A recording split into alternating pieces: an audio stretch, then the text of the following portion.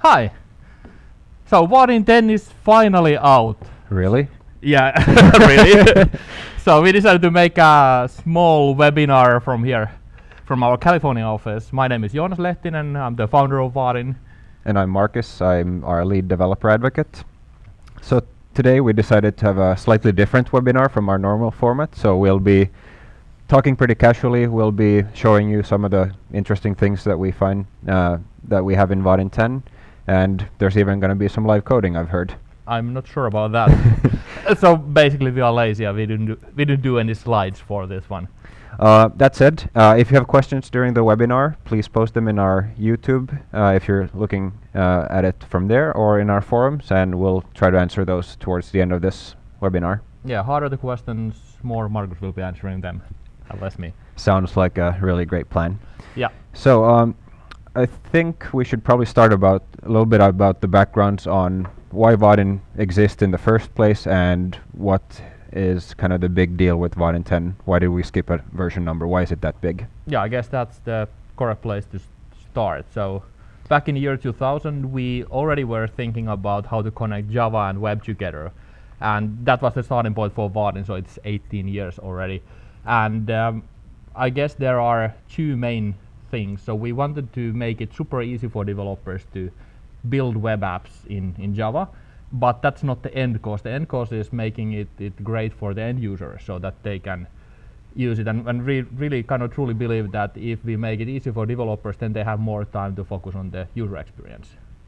Yeah, exactly. I think over the years what the kind of red thread in what we've been doing is that we've taken something that we think is pretty difficult to do on the web and tried to make it more accessible to developers, especially Java developers. Yeah, in 2000, it basically meant that we were building abstraction layers on top of web and making them behave like Java developers would expect them to behave, like Swing type of APIs. But nowadays we have more and more been breaking those abstraction layers as web is getting more and more modern. Web platform itself is so powerful that there is not that much need for those abstraction layers anymore. Exactly, yeah. I mean, one of the big differences I think with Vaadin 10 is that the web platform itself has matured so much from the days like when we started. We had to kind of come up with our own way of defining components for the web, as did many other frameworks. With Vaadin 10 we're actually starting to leverage some of the stuff that the browser itself is offering us, a way to define components as just plain HTML tags, so that's pretty exciting. Yeah, it actually was scary. I mean, when Google guys were first starting thinking about web components, and I heard about that, and kind of feeling that now the kind of web platform itself will have this component-oriented architecture and possibility for building those web components. They will be reusable, and I'm thinking, oh my goodness, this is something that we've been building for 15 years, and we've been building that on top of Java. So if that's part of the standard, we are going to be in deep trouble. So we basically kind of decided to rewrite the whole Vaadin platform to align around that new modern web platform vision. Yeah. And it took a while. It took a while. Yeah. But it's done. Now it's done for real. So we have this internal joke at Vaadin where I'm fairly ambitious on setting timelines. It's always like the next Java 1. So now it's finally there. So we actually have been developing this thing for 4 years. And I was dreaming that we would have shipped this already 2 years back with version number 8. But basically this is it took a couple of years more, and then we shipped 8 as a kind of intermediate release with the backend and the data layers being done towards that. All right. All right, just let me switch the screens a bit so that we can see my screen, hopefully. There we go. There we go. Excellent. So, what should we show? Actually, we could speak a bit about web components more. Yeah, I figured, I mean, many of our users probably who are still using, or of course they're still using previous versions of Vaadin may not be fully kind of into what web components are, so maybe we can speak a couple of minutes on just what web components are, what problems they're trying to solve, and how they work. Yeah, go ahead. So In essence, web components are a way for us that we can define new HTML tags that the browser understands. So with previous versions of Vaadin, what we ended up doing, kind of how we implemented the components in the browser was through GWT. So we basically had a Java file that defined how the component behaves, and that got transpiled into a whole bunch of JavaScript that created divs and stuff and glued it all together into one big ball of divs and divs and divs. Of divs and divs. With web components, what we're able to do, like I said, is we can define new HTML tags. So if you look at the source running in the web browser, we can take a look at this later when we get to coding. You'll see that the tags run exactly the same way as we write them. So if we create a Vaadin button like this, it runs exactly like that in the browser. And this can be vastly more advanced. So I think that kind of the fundamental vision with web components that the team, Chrome team, and all the browsers together had was that everything is a component. So in a way, whether that's a button or grid or user editor view, everything can be a component, and that's a super powerful way of thinking. How you slice up the web application. Yeah. So the specifications that we call web components actually consist of a couple of different things, like one being shadow DOM. So we're able to encapsulate the internal workings of our components, like the grid, so that they don't leak out into your application. So if we define styles and stuff, that's not going to disturb your application. So it's just a really nice way for us, a platform standard way to define reusable components. So in a way, on a web page you see only Vaadin-grid, not all the internal plumbing in there that is actually makings of the grid, because these are hidden behind the shadow DOM. Yeah, and because they are building on web standards, that means that not only are we able to use our web components, but it also opens up the possibility for Vaadin users to very easily use any other web components, since from a browser and a flow perspective they're more or less equals. They're just HTML tags that we're interacting with, just setting and reading properties and attributes. So it's just opens up a whole new world of possibilities for us. I guess it's not just us. It's all the frameworks in there. Everybody revolving towards web components. So eventually we will be living in a future where all the React and Vue and Angular and Vaadin and whatnot guys will be sharing many components, and these are interoperable between all the browsers or the frameworks in a nice manner. And that makes a lot of sense, because if you think about it, a grid is a grid regardless of what framework you use it in. And we've been in a very weird situation for many years where every time there's a new framework or a version of a framework, somebody somewhere needs to sit down and spend 2 years writing a really good data grid. Tell me about it. I must be doing that many times. So I guess we are in verse number 4. 5. 5. With our grid, so we have been rewriting that from scratch 5 times, and it is painful. Yeah. So the idea now with web standards based components is that whenever a new framework comes out or we need to update something, there's no need to kind of rewrite the components. They are kind of standalone things that we can move over from one version to another. That actually pinpoints one important thing about web platform. So one of the key things that people have been appreciating at using Vaadin is that it's a stable platform to build on for a long time. And we have been, and we are really grateful to Java platform, because that has a tradition of being super stable. You can use the same APIs from years back. And on the front-end side, it has been like wild west, where everything is changing multiple times a year. So I think GWT was pretty good choice for us for many years. It was stable and still stable for many years to come, but it depends on one particle technology. So when we moved to web components, now it's actually built into standard. And the good side of the standard is that they move slowly. So in a way, they are. If it's once there, it will be there forever, or practically forever. Yeah. Oh, very good. So the other thing that has happened since our latest stable, or like the previous version of Vaadin, is that mobile has become a slightly bigger thing than it was, say, 10 years ago or 5 years ago. Yeah, I guess it's happening since iPhone was released, and that killed Nokia, and slowly these app ecosystems, they really took over the world. Yeah. So I mean, you've seen a lot of companies moving a lot of their effort into building native applications for different mobile platforms. They're making sure that their web applications are responsive and works well with mobile devices. And with the previous version of the components we had, they weren't very well kind of suited for mobile development. Yeah, but I guess the outcome is that many companies are building 3 versions of their app: web, iOS, and Android.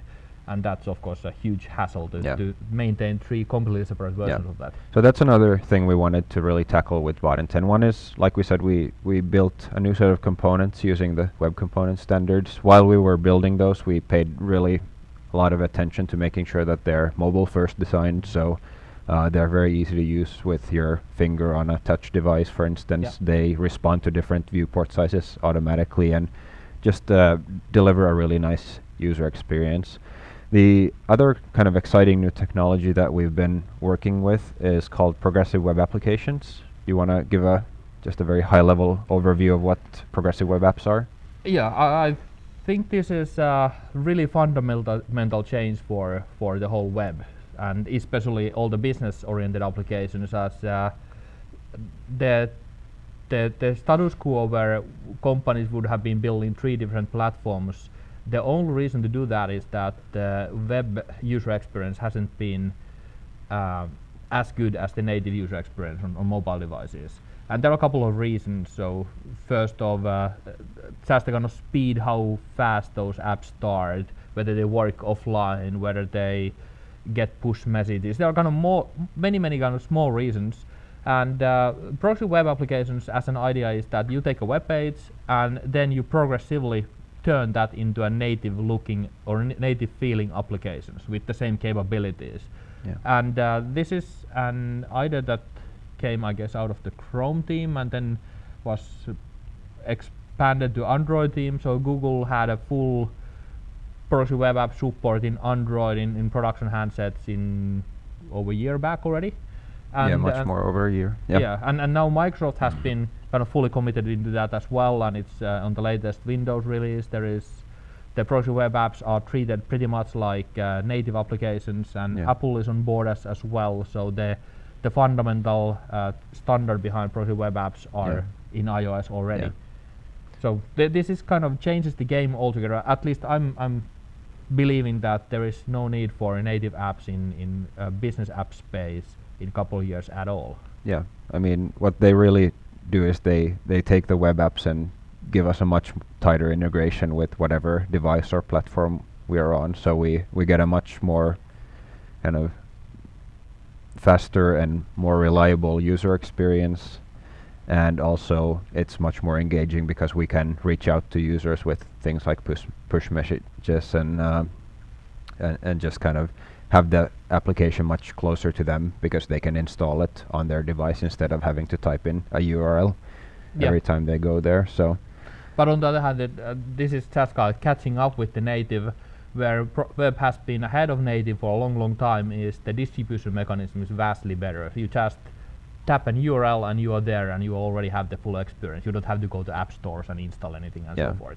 So in addition, we've been talking about business applications, but I think where progressive web apps are going to open up a kind of whole new segment of applications where we have these more single-use applications for things like restaurants or parking meters or something, kind of airline apps where a user might only need that application occasionally.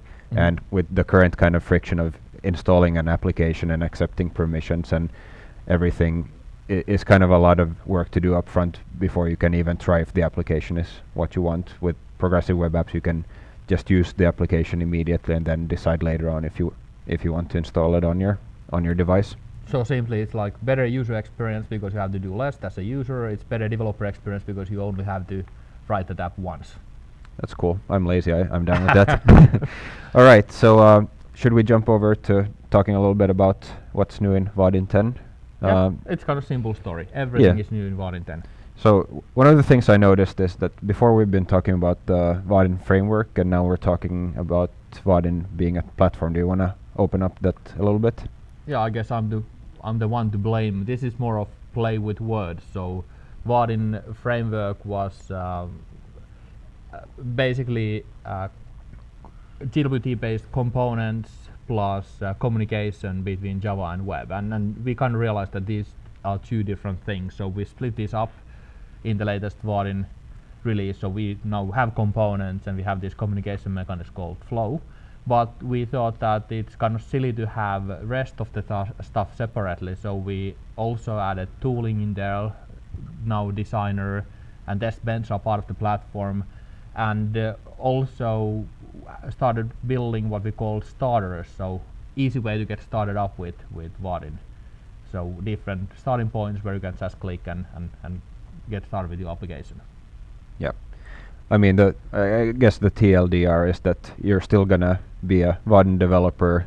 You get a Vaadin starter. It just happens to be more modular and kind of the way we've built that. So you can choose to only use the components for something if you wanted to, or just use Flow for something. But in most cases, I think for the current Vaadin users, especially, they're going to just use the Vaadin platform as a whole. And yeah, and in a way, just kind of simply, it would be silly to call a set of components a framework. So it didn't make too much sense anymore. Now when you can use those components separately, and you actually, as you said, you can pick and choose. So you could just take a couple of components, use these with React if you want, and hopefully someday you want to taste a bit more about from the Vaadin platform. All right, so maybe we can take a quick look at what the platform contains. So you go just to vaadin.com front page and scroll forward. So first thing is components, then we have a flow framework in there, and then we have a bit about theming, and then tools. Those we don't have over here in the front page, but you just click Vaadin platform and you get all these listed. So let's get started with components. Yeah. So I think throughout history, I mean, the component set has been more or less the core of Vaadin. I mean, that's probably how many people have found the framework in the first place. So building meaningful web applications, you need some sort of building blocks to build it out of. And the Vaadin component set that we have right now, like I mentioned, are built as web components. We have them all listed up on the components page here, and for each you can go in and see both an overview of what kind of features it has. You can both see HTML examples, so if you're using the web component API, or then you can look at the Java examples, which show the same examples but using the Java API. So this is kind of replacing Vaadin sampler that everybody has been liking a lot, and has been both kind of introductory resource for listing what we have in there, as well as a learning resource. So now we try to get everything in a coherent fashion on vaadin.com. I don't know if we have succeeded yet, but we try hard to make this kind of coherent learning resource where you can learn everything. And like you mentioned, we've kind of also taken down some boundaries between the kind of commercial tools or components, and we want to make sure that the documentation, everything is equally good. We can find them in the same place, and you get the same kind of examples and demos for all of these. So it's kind of easy for you to find everything that's in the platform.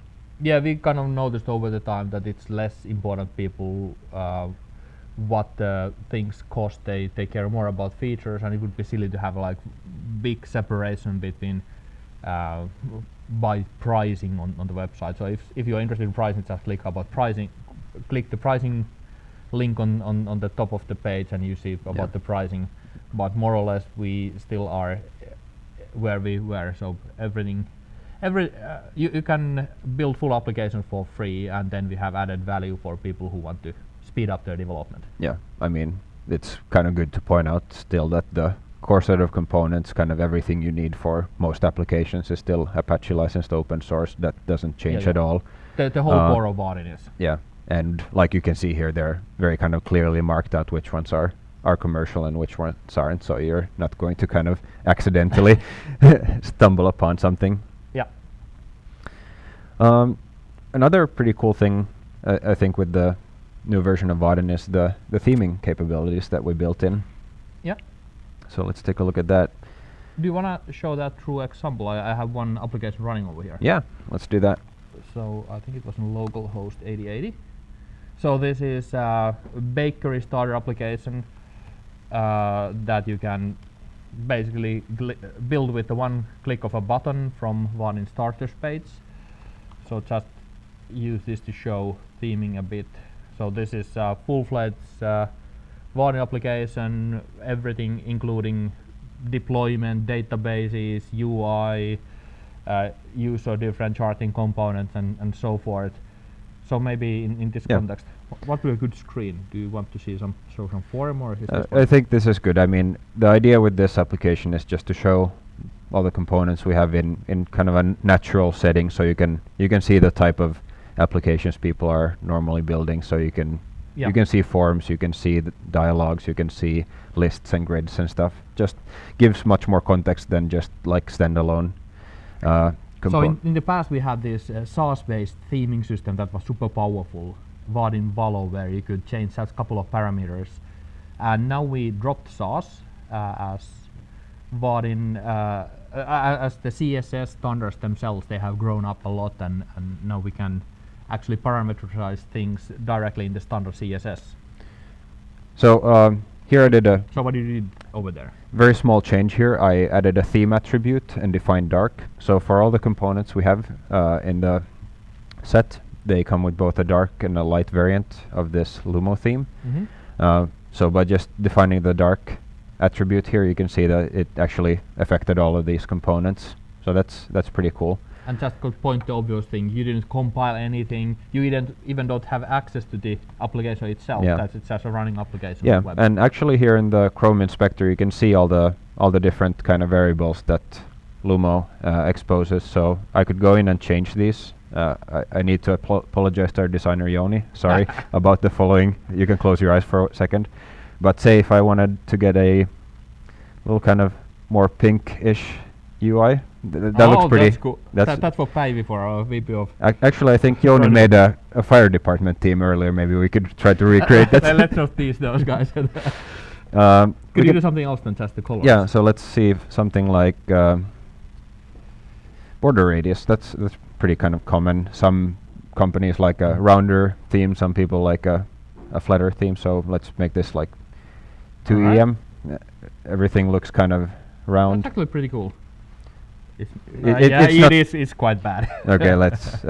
That's pretty horrible, but you get the idea. So let's go back to the normal, but just think about being able to play with those theme attributes live and seeing them change live over there. Yeah. So it makes it so much simpler compared to just editing these on a text file, then compiling, then reloading the page, and so forth. So yeah. And as this is just standard CSS, all your designers will understand this as well.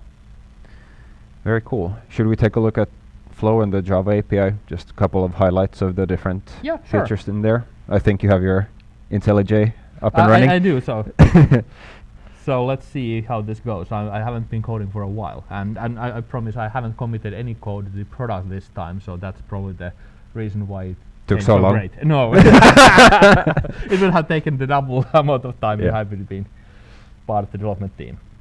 All right, so let's see. I have another example application here. Let me first show the application itself. So this is one of the starters called Beverage Body. So this is for listing your favorite beverages. So you could, let's say, add a review over here, and I'll add my favorite beer over here. Grand Cru. So what do you think about this one? It's expensive. It's super cool. Yes. Beer. So like hipsterish beer from San Francisco. Yes. All right. So and this is a beer. So let's add that to list, and basically that way you have a list of beers over here. You can see beer categories over here. You can add it. So kind of super simple base application to start from. You have a navigation and you have a couple of views. Okay. Maybe we can start looking at the main navigation and layout, and maybe add a new view there. Yeah. So if you don't mind, I could first add a view and then add that to navigation. That's perfectly fine. All right, so let's see. Here is our source code. Let me hide this one, and let's add a new view. So here in Java, I just add a new Java class, and let's call that foo, of course, maybe for view view. Yeah. Yeah. All right. And so this is you can basically build your view on top of any layout or UI component. So let's just extend, say, vertical layout. Yeah. This is like simple. It's very classic. Yeah. And in order to get that on the screen, only thing that you have to do is add a root in here. So it basically says which URL you can find this from. So let's say foo root. Yeah. And that's about it. So let me maybe add some content just so we can see it. all right. So let's see. Add new text foo. So I see you're not using a label anymore here. No. Actually, we are. So everything here is just Java, as you have seen from the previous Vaadin versions. But we wanted to make sure that the APIs between the front end and the back end, they stay in sync. So this way you can mix your front end skills with your back end skills. And for example, this is just the text node over here in DOM. Exactly. So you can add H1 and you can add div if you will. Yeah, and they you can mix and match between the components and those. But I'll restart this just to be sure, as I haven't been restarting it for a while. Sounds good. Yeah. Yeah, no, I just wanted to point out because we've seen a lot of people coming from Vaadin 8 to 10 using label in the same way as in Vaadin 8, but with Flow it actually maps to a label Like the element. label. Yeah, like the ones that you use to label input fields. So syntactically it becomes a little confusing, especially for like screen reader users potentially. So let's see what we have over here. Loading. Exactly the same. Maybe if we navigate to foo now. Yeah, let's see. We have over here a foo. Amazing. Excellent. My coding skills are not rusty at all.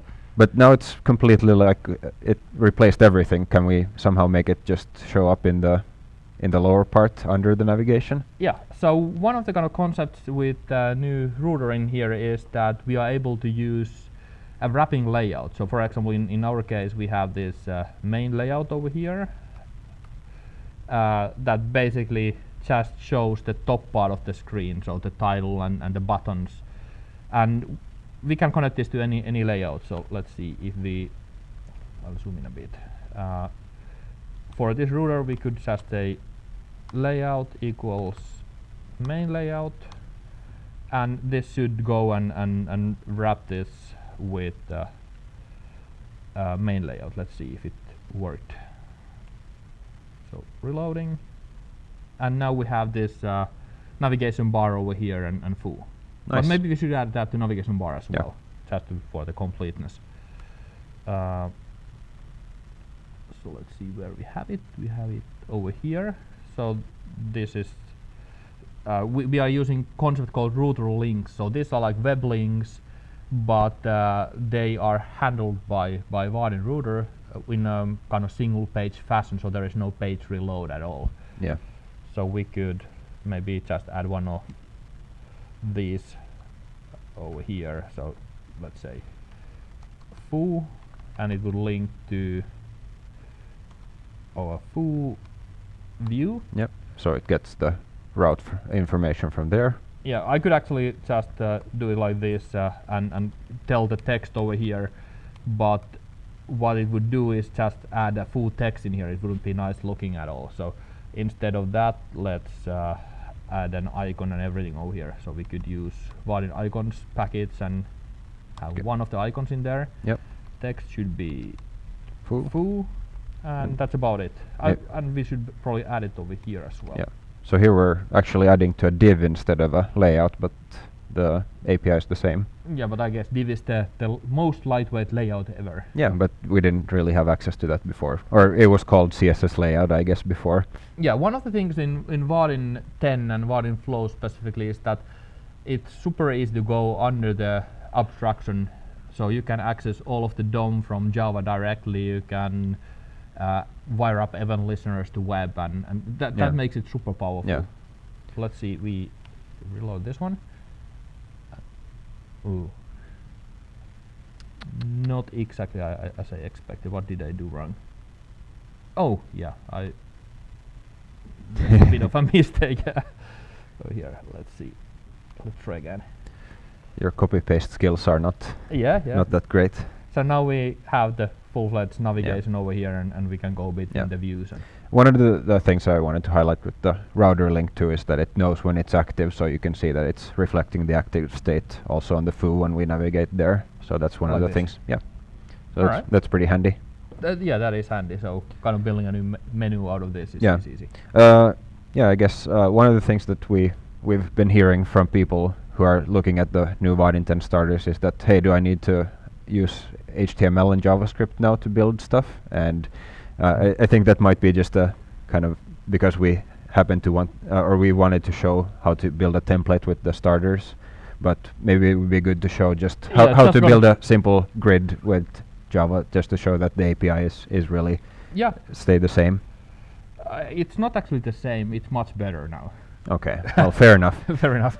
So in that sense, where I had my view over here.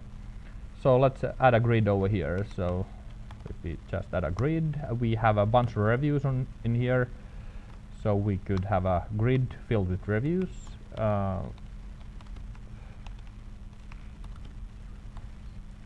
And we could also initialize this grid with all the columns from this review bean. So this is just a plain old Java object. Yep. And that way we have a grid. And in Vaadin 8 we added a lot of functionality for easier data binding. So now we could just get any standard list of from backend. So in this case, let's say review service, all right? And we just find reviews from there. Any kind of reviews will do. And then we could add these to grid. Set items, and that's it. And just to know, this has nothing to do with Vaadin. So this is just standard Java POJOs in the standard Java list, and we can just put that on the grid. This easy. Yeah. So maybe add grid to the view and see if this works. Are we missing anything? No, looks pretty good. All right. So 3 lines of code, and let's see. Let's reload. And now we have a lazy loading list of all the reviews in here. Well, I guess in this case it's lazy loading only to the browser. That's true. So if you want to have it lazy loading from the database, then you would have to wrap it with a data provider. Yeah, the data provider essentially takes in a couple of callback functions that are then used for fetching the data lazily as your user scrolling along. So vastly simpler to build compared to our containers. That's yes. a pity. I invented the containers, so oh. now the guys went and kind of even took that part away from Vaadin framework. Yeah. All right, what should we do next? Well, if we go back to our review list here, there was one thing that kind of caught my eye if you open up one of these reviews. All right, so let's say this one. Yeah. What's going on here? I don't know. My laptop is syncing with iCloud, so best time for that. So if we're looking at the rating right now, it's a drop down currently a combo box, and I don't think that's really the kind of industry standard way of giving star ratings for things. Do you think we could do better? Yeah, I think we could do better. So I remember we had the rating star component in directory. Yeah, let's check that out. Vaadin.com. And we go to directory, and over there we have 1300 components, and we have ratings. And unfortunately we don't have the rating star component anymore for Vaadin, so we had those for Vaadin 7 and 8, but luckily Vaadin 10 now supports web components really well. So there is a one web component that is just a simple web component showing stars with the super simple element, star rating, and rate, and it has nothing to do with Vaadin. So let's try to integrate this one. Yes, I believe in you. We'll see. So Vaadin uses mechanisms called web jars. So the name of this is star rating, and if we go to webjars.org, we could see either we could package any web component as a web jar, or we could find one that's packaged already. I believe this one is packaged already. So if you need to add a new web jar, you just click over here and it could package any web component. But let's say star, let's go again, star ratings.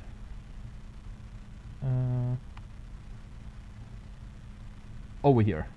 And handily this has also Maven snippets in here, so we could have a star rating Maven dependency.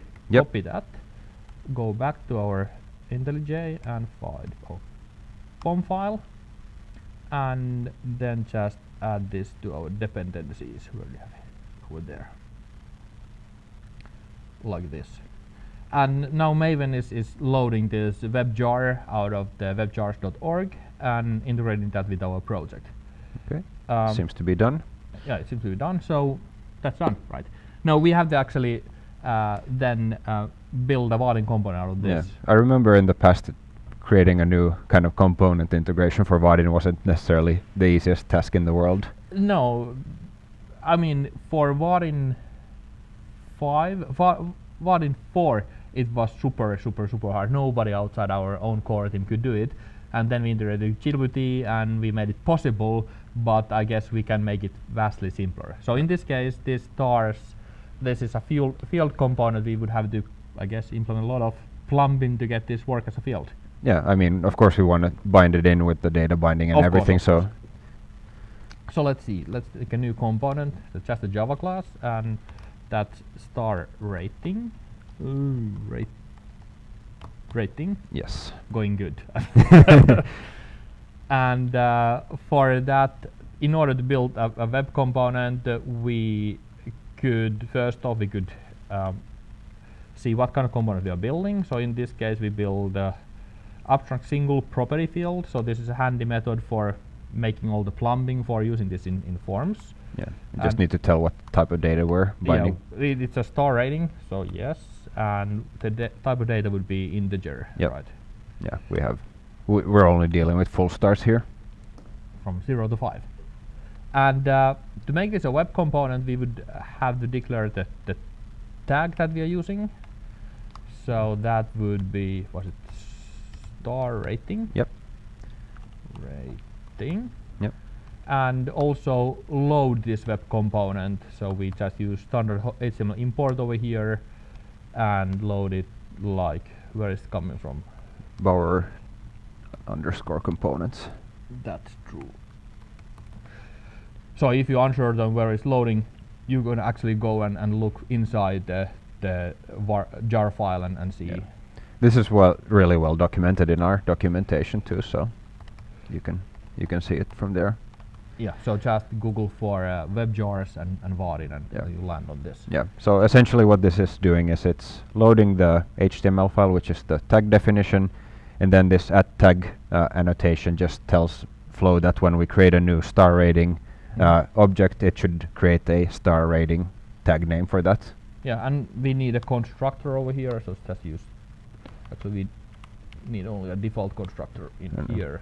Teemu is crying here that you're replacing his rating stars. Oh, that's nostalgic. So Teemu is one of the developers who built, I think it was the first add-on for Vaadin, something like that, called Rating Stars. Yeah.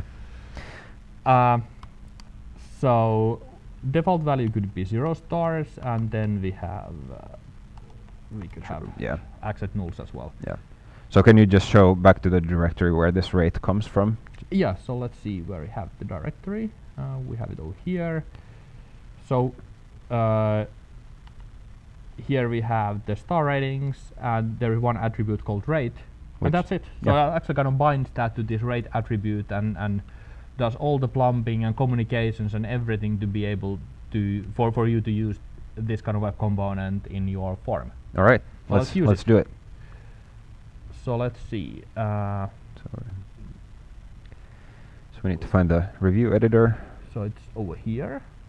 And over here we have this core box. Let's change that from a combo box to something else.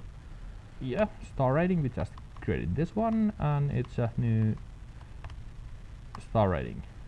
Very Ta-da! cool. And over here we are doing some plumbing that we can get rid of, as we now have real star ratings. We also don't need to convert a string to a integer anymore. Yeah, no, it's natively uses integers.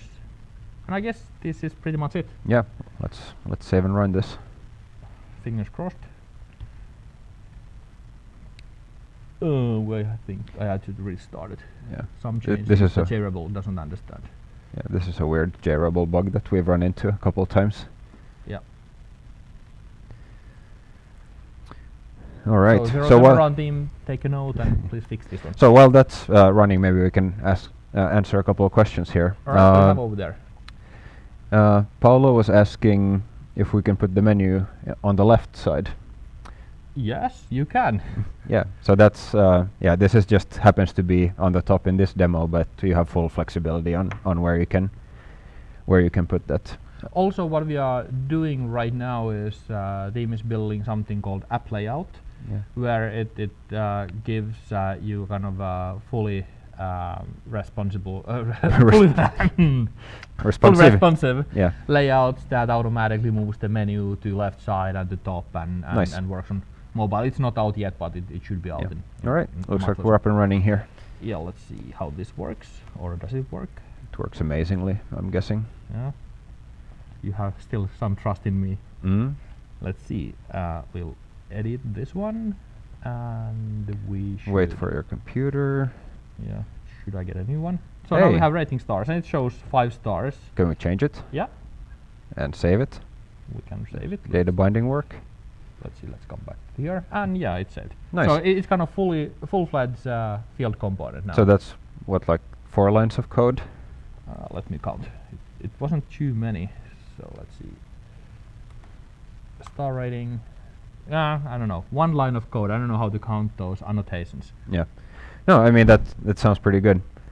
Then I guess we could talk a little bit about templates. I mean that's something that's new in Vaadin 10 and something that we really haven't been able to do before, as easily at least.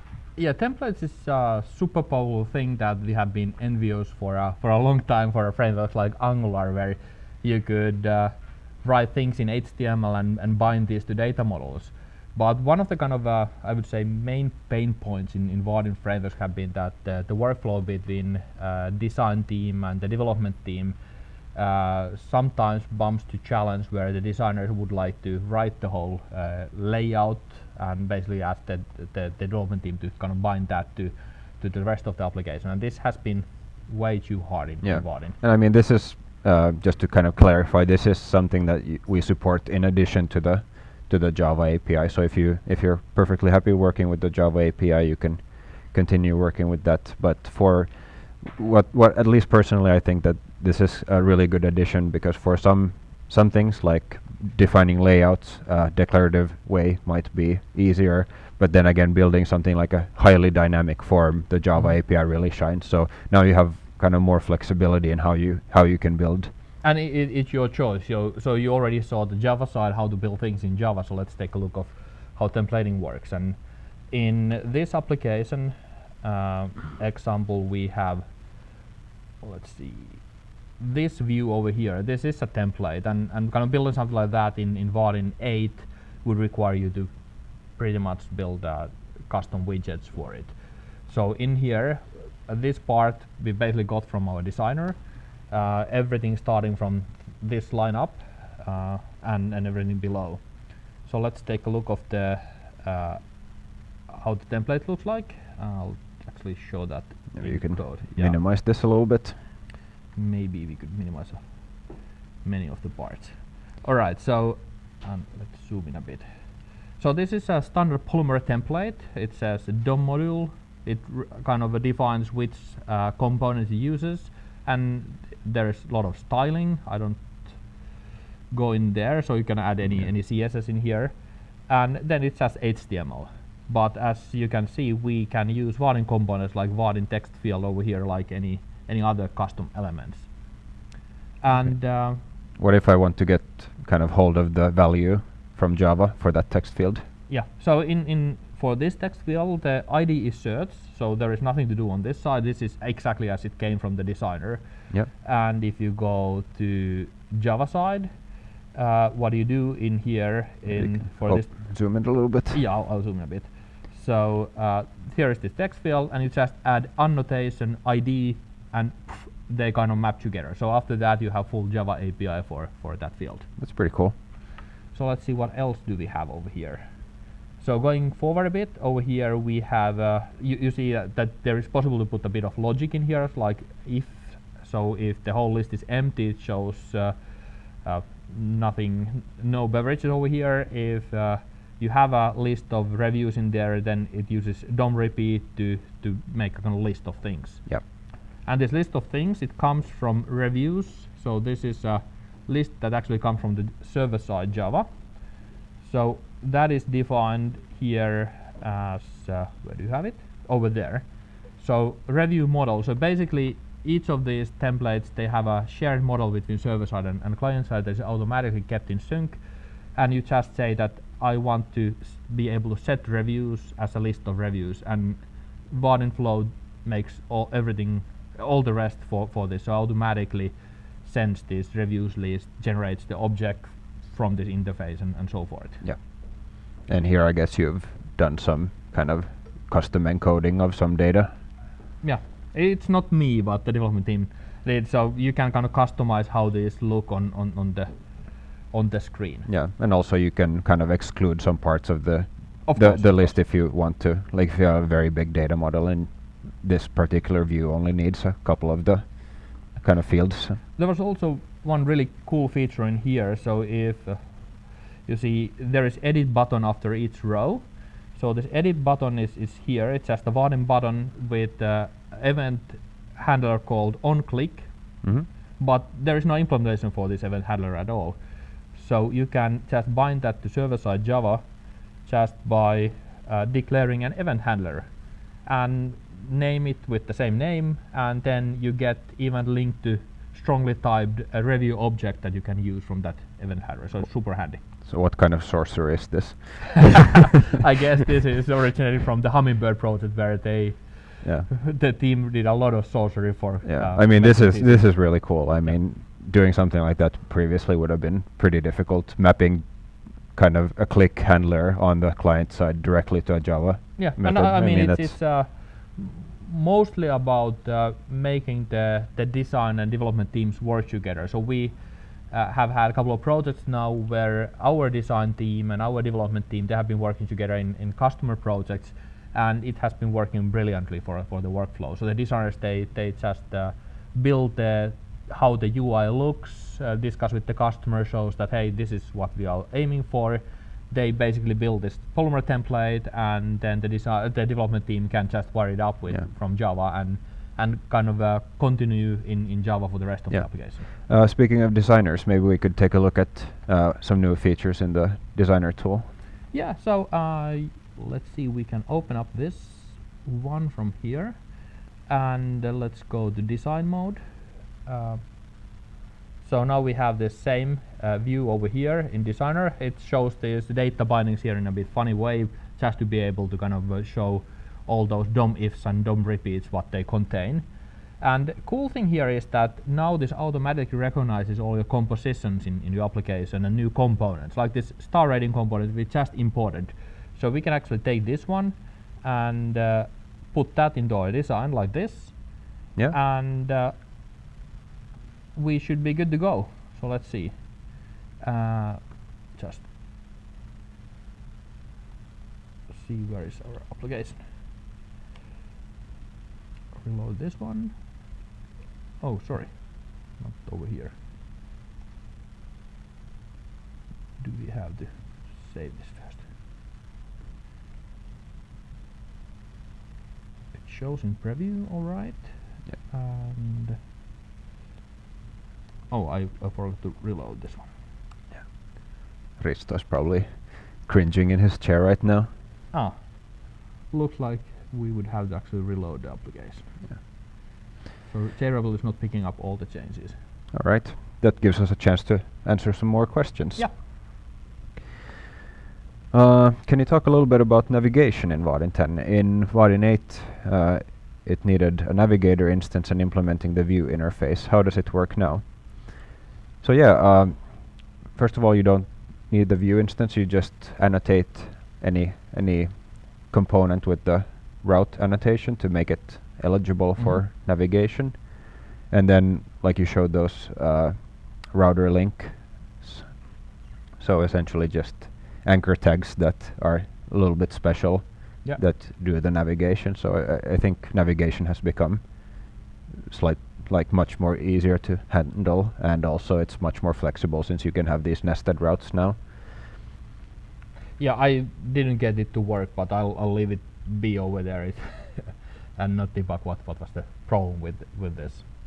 Okay, but I mean, we could still see in the designer what was supposed to. I think this is a deployment problem of some sort. That's true. All right. Pet said that they want the slider back in Vaadin 10. I think we just showed how easy it is to create a star rating, so it would be a kind of similar task to take an existing slider web component and turning that into a Vaadin 10 component. So maybe. Yeah, but we really definitely need a slider component in Vaadin 10 as well. So we want to kind of ship as early as we can. I cannot say that we shipped early because it took 4 years, but now we put a lot of effort in adding new components in there. So we try to complete the set, and the development team is listening. So please ping them up also on our forums, and we try to use that as a guidance on what we are adding to the framework. Yeah. To the platform. Not yes. So for Vaadin 10. Does test bench work for that as well, the same way as before? Yeah, sure. So I have another project over here. So this is this bakery project. Let's see if I still have it running. So as you remember, the bakery was that full-fledged full stack starter example. So it also shows an example how to use testing. So in here we have a bunch of tests. So these are, let's say, login test, for example. So that is basically one test bench test, meaning that you can write the whole test in Java, test different contents or different fields, navigate around, and so forth. So let's try to run it. So I'll run it. This is just JUnit test then. So I'll run it as a JUnit test. Let's see how this works. So it starts the new browser, automatically navigates to my project, logins, goes in, log out. So it's kind of it can drive the whole application, and this is super handy for picking up any regressions in your application. Very nice. To wrap up, maybe we can show how people can get easily started with the new starters. Yeah, sure. So it's as simple as we try to fight for simplicity. So the simplest thing for getting started is to go to vaadin.com, and over there you have this big blue button in the middle, create a new application. This goes to a starter page where you can choose. Let's zoom in a bit. Zoom any of the starters that we have. Plenty of starters to get started with Vaadin 8 or different front-end frameworks utilizing our components, and then using full Vaadin 10 platform we have 5 different starters. So we already showed this full stack starter, that was the bakery starter, this big full stack one, and then we went and looked at this Beverage Body, this simple UI application starter, but we could maybe pick up the simplest possible one, basically hello world type of starter. Yeah. So I'll just write the group ID over here, and let's say this could be hello world, and click download. It basically downloads the source code in a zip file, and I could go here and unzip this one, and then just fire this up on my favorite IDE. So you can use any IDE or even go without IDE if you are one of the guys who still wants to use Vim. So this is the way to get started, and I would recommend to experiment with both this super simple one as well as both of the starters that we already showed. All right, very good. Yeah, it looks like we have a whole bunch of questions here. I'll try to kind of, there are some similar questions coming in, so I'll try to kind of combine those into one. So we have a couple of questions regarding the component set, saying that either there's some component that people want, or that the Vaadin 8 had much more components than Vaadin 10 has. Yep. And that is true. So in a way, we didn't aim for building a feature superset to Vaadin 8. We wanted to build something that would be good for 80% of the use cases first, but we will add all the missing features later on in there, one by one. Yeah, so on the roadmap we have a whole big list of different components that we are adding, so there are more components coming. Yeah, and one kind of big thing that have changed is the release cadence. So Vaadin 10 took 4 years. For Vaadin 11 we plan to ship that in 2-3 months. So we'll actually move to a quarterly release cadence, so the releases will be vastly smaller, but then we can add value and ship that to market in a fast cadence. Very good. Yeah, there were a couple of questions also about current Vaadin 8 users and what their path forward might look like, or what they should do. Yeah, so Vaadin 8 was released around 1 year back, and we have we always support major releases for 5 years. So we still keep supporting Vaadin 8 for the next 4 years, and we'll have a minor releases coming up on a quarterly basis. There are the features in there are fairly small, but you can just keep using Vaadin 8 as is. But if you want to migrate, the data layer is already pretty much the same, so we introduced that in Framework 8. So on that side you are pretty much done. But the UI layer, the UI components, there is a big change. So you would end up rewriting a lot of that UI. That said, we also are working on a new product called multi-platform runtime. So this is a way of running Vaadin 7 and Vaadin 8 applications inside Vaadin platform, Vaadin 10 and going forward. Mm-hmm. And so what this gives for you is if you have a big Vaadin 7 or 8 application, you can basically take all the source code, wrap it up with the Vaadin 10 application and run it as is in there. So this allows you to over the time migrate it view by view, or just leave those views as is and start writing new views in Vaadin 10. So that should be there in September or so. So we hope to be able to have that on the market. Very cool.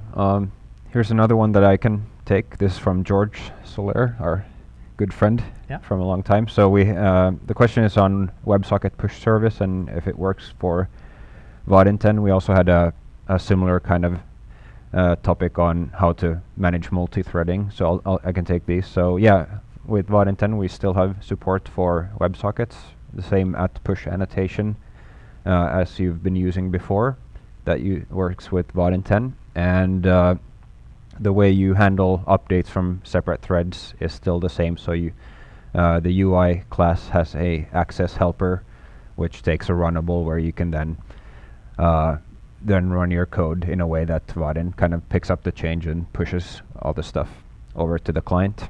So that works pretty much the same as it has before. So in a way, getting server push in Vaadin applications is super simple. Just add one annotation. I would still say it's the simplest WebSocket implementation on the market. Yeah.